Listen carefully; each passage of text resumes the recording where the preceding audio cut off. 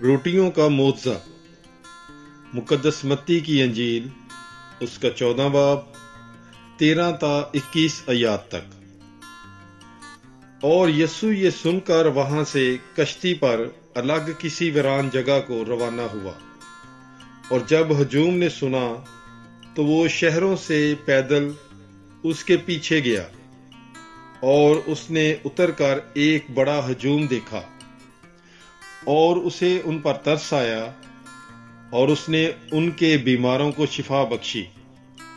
और जब शाम हुई तो शागिर्दों ने उसके पास आकर कहा कि जगह वीरान है और अब वक्त गुजर चुका है, हजूम को रुखसत कर ताकि गांव में जाकर अपने लिए खाना मूल लें।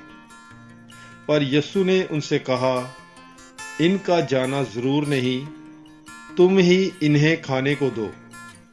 मगर उन्होंने उससे कहा कि यहाँ हमारे पास 5 रोटियों और 2 मछलियों के सिवा और कुछ नहीं। तो उसने कहा कि उन्हें यहाँ मेरे पास ले आओ।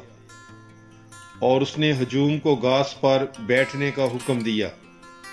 फिर उसने वो 5 रोटियां और 2 मछलियां ली और आसमान की तरफ देखकर बरकत दी, और तोड़कर रोटियां शागिर्दों को दी, और शागिर्दों ने हजूम को।